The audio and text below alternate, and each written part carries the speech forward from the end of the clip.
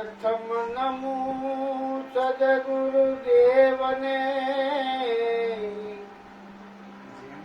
એ પ્રથમ નમો સદગુરુદેવને,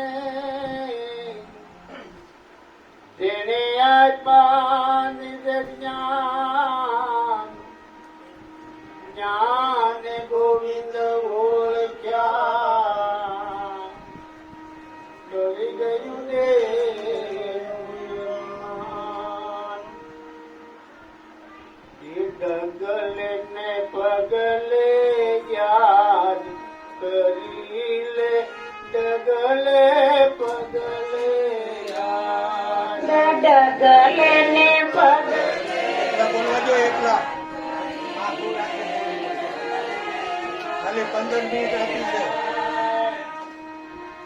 એ તારી સુરતી ને મૂર્તિ મારા કરી લે, ડગલે પગલે યાદ. તારી સુરતી ને મૂર્તિ મારા કરી લે, ડગલે પગલે યાદ. એ ઘરમાં વસ્તુ ઓળખીને જોયું, ઘરમાં વસ્તુ ઓળખી ના જોયું, બોલે તેને પારખીને જોયું, બોલે તેને પારખી ના જોયું. તારી ચેતના ને સીત મારા કરી લે, ડગલે પગલે યાદ. તારી ચેતના ને શીખ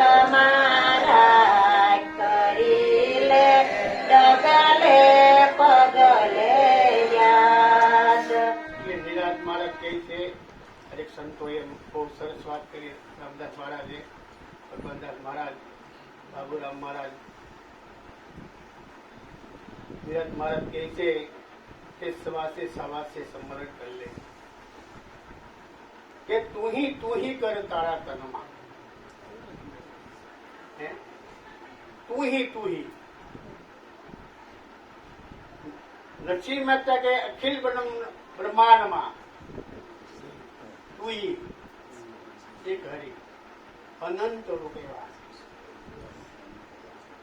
કે ડગલે ને પગલે યાદ કરી લે. યાદ એટલે સમરવું, પણ કોને યાદ કરવા?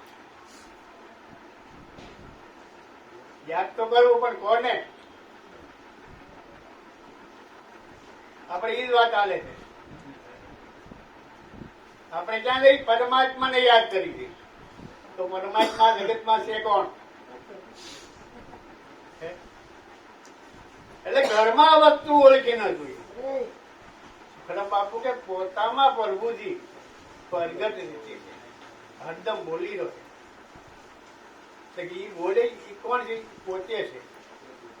આ ઘરમાં વસ્તુ એને ઓળખી ન જોયું. જ્યાં સુધી પોતાની પારખ ન થાય ત્યાં સુધી આ બધું ભેદ થશે. એટલે સદગુરુ ખાલી પોતાની પારખ કરાવે છે, પોતાનું જ્ઞાન કરાવે છે. એ પોતાનું સ્વરૂપ એવું છે, એનું કોઈ વર્ણન થાય એવું, એની કોઈ ઉપમા અપાય એમ નથી. તો નામ તો ખાલી તમને કીધું કે જ્યાં તમે એનો આધાર આપ્યો, નામનો આધાર આપ્યો છે. નામ ઈ તમે નથી. નામ કરવાથી નામ જગત को नाम का भेद को ने पाया. नाम નો આવે જનુ કી જાંગ में नाम ने रूप रेख नहीं काया. આપણે નામ કર્યા કરી તો કઈ મેળ આવે ખરું? ઈશ્વર કરે તો કઈ કદાચ મેળ આવે. પણ ઈશ્વર છે કોણ? એ નામને નક્કી કરવા માટે ઈશ્વર કરકે ઈશ્વર વ્યાપક છે. ઈશ્વર ખાલી પદ છે. જેમ આકાશ વ્યાપક છે એમ પરમાત્મા વ્યાપક છે. એ વ્યાપકને ઓળખવા, પરમાત્માને ઓળખવા માટે નિરાજ મહારાજે નામની ઉપમા આપી. નામે નક્કી થાય એવો છે ઈશ્વર. જ્યાં સુધી આપણે સમુદ્ર સામે કાંઠે જવું હોય, હોડકા બેસી જઈએ, સામે કિનારો વળી જાય, તે હોડકું પછી માથે રાખવું કે સાઈડ પર લઈ દેવું?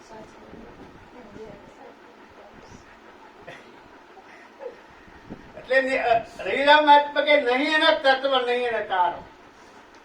હે? કોઈ તત્વને ઉપમા આપે એવી નથી. કઈ તમે શબ્દ ન કહીએ કહો કે નામે તમે ન કહીએ. કારણ કે નામને જાણી લીધું, લઈ લીધું છે. લીધા પછી વાત પૂરી થઈ ગઈ. એકવાર લેવાઈ ગયું. એ ખેડૂત હોય ને 7 દીકરા હોય.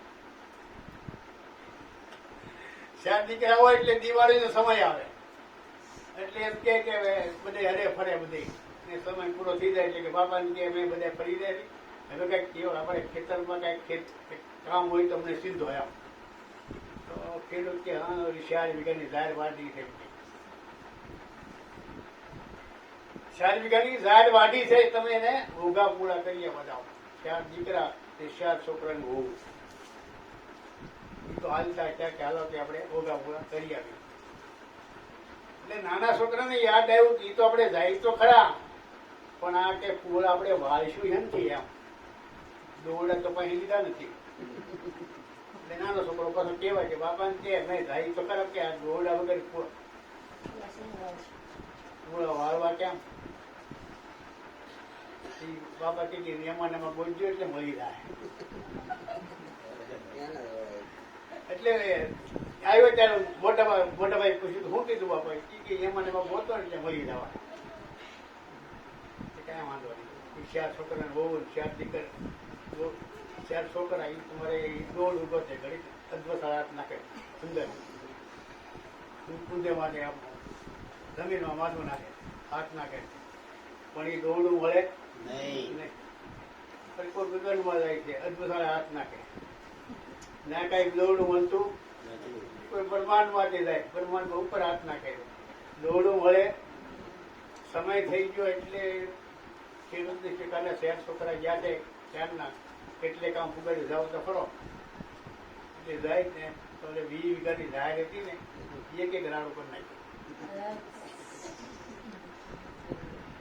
એક રાડું કરી નાખ્યું. બધા શું કરો છો બાપાને કે ના દોડું બગી છે કે એમ દોડું ન મળે એ ગાને આમ ખાલી યુક્તિ કરે. સદગુરુ ખાલી એમ કરે યુક્તિ. જો યુક્તિમાં જો મુક્તિ મળી દે એટલે વાત પૂરી થઈ ગઈ. પણ એ યુક્તિ છે કોની? યુક્તિ તો કરે પણ છે કોની યુક્તિ? અમારે અમદાવાદ બાપુ કીધું એટલે ઘરમાં વસ્તુ ઓળખી ન જોયું બોલે એને પારખી ન જોયું. એટલે નિરાજમાં કે રામ નામ તું રાખ હૃદયમાં કાઢ કલ્પના આજ અંતની મજમાં બોલે એ વસ્તુ છે હાથી. રામ નામ કે તું શું કીધું કે રામ નામ તું એ હૃદયમાં એટલે રાખી લે તું સમજણમાં લઈ લે પોતાનું નામ. એટલે કોટિક નામ સંસારમાં તાતે મુક્તિ ન હોય. આ જગતના નામ કોટિક નામ છે પણ એ નામથી મુક્તિ મળે એવી નથી. આપણે ફ્લેટ હોય મકાન હોય દસ્તાવેજ કરવો હોય કોના નામે? પોતાના નામે કે રામના નામ મારા નામે લખાયા 68 તીરથ મારી ઘેરે આવ્યા. પરમાત્માને નક્કી તો કરે એટલે પરમાત્માને ગોતવા જવું ગોતવાના નથી. એમ પરમાત્મા કોઈ કેમ નહીં મળે. પરમાત્મા જયારે તમે પાછા વળી જાઓ આપણે નિરાજમાં કે મન તું જાગી જો એક વાર જાગીને તું જોઈ દો એમાંથી આ મોહ નિંદ્રામાંથી આપણે વાત શું છે કે આપણામાં ઉદાસ કેમ ને થાવ તો આપણામાં એમ સેમ વૈરાગ આપણામાં કેમ ના આવતો? આપણામાં તાળાબીડી કેમ લાગે?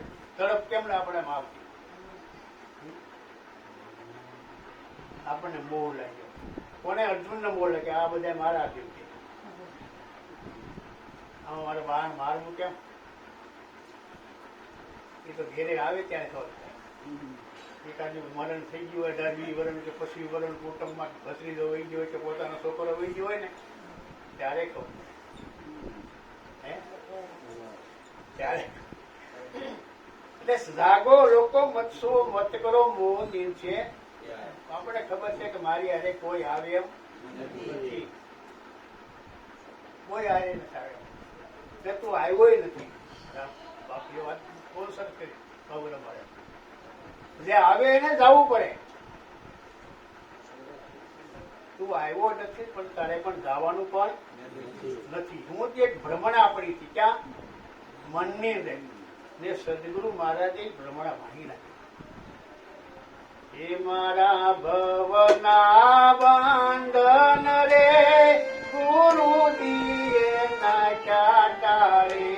મારા ભવના બંધન રે ગુરુજીએ નાખ્યા તારી. મારી ભ્રમણા ભાંગી રે એ ભ્રમણા ગયા ભાગી. મારી ભ્રમણા ભાંગી રે એ ભ્રમણા ગયા ભાગી. મને સદગુરુ મળ્યા રે એ ભીખ હવે કોઈની નથી. મને સદગુરુ મળ્યા રે એ ભીખ હવે કોઈની નથી. મારા ગુરુજીનો હાથ મારે રે એ ભીખ હવે કોઈની નથી. મારા ગુરુજીનો હાથ માંગે રે એ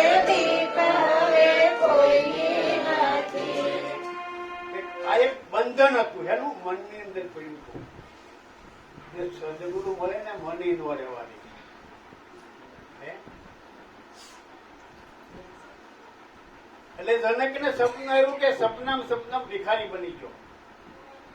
આપણે ટૂંકમાં લઈ કે ભાઈ તારું હોય ઈ મને ત્યાં તો આ વાત સમજાવું એમ કે મારો રાજપાટ કે રાજપાટ તારું ક્યાં કે ઈ માની બેઠો કે આમ બધું મારું છે રાજપાટ તારું નથી.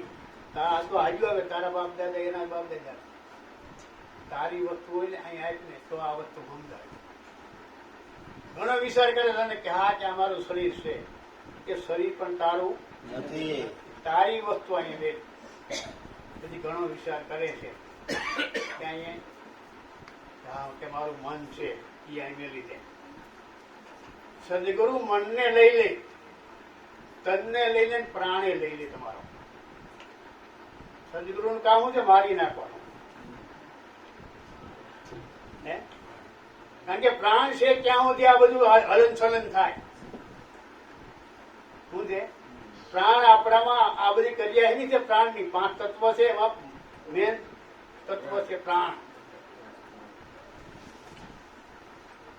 એની બધી આ ક્રિયા પણ સદગુરુ પ્રાણે લઈ લે.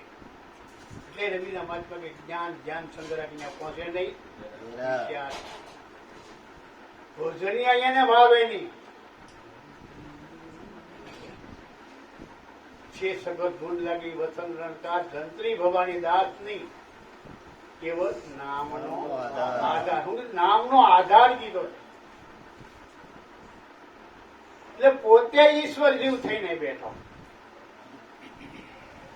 શું હતું? આપણામાં જીવ પણ હતું. સદગુરુએ જીવ પણ કાઢી નાખ્યું. જીવ પણ કે દેહ હું સૌ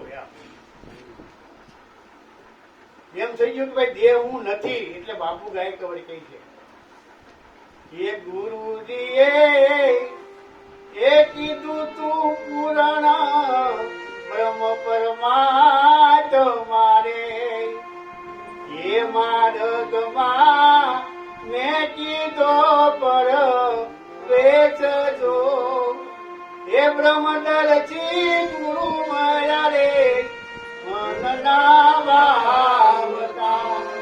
બાપુ ગાયકવાડ એમ કહે કે ગુરુજીએ કીધું તું પૂર્ણ બ્રહ્મ પરમાત્મા છો. અને આપણે જયારે યુક્તિ ગઈ તે ગુરુ મારે પૂછે તારામાં કૃષ્ણમાં કઈ ફરક છે? ના કે હું કૃષ્ણ સૌ.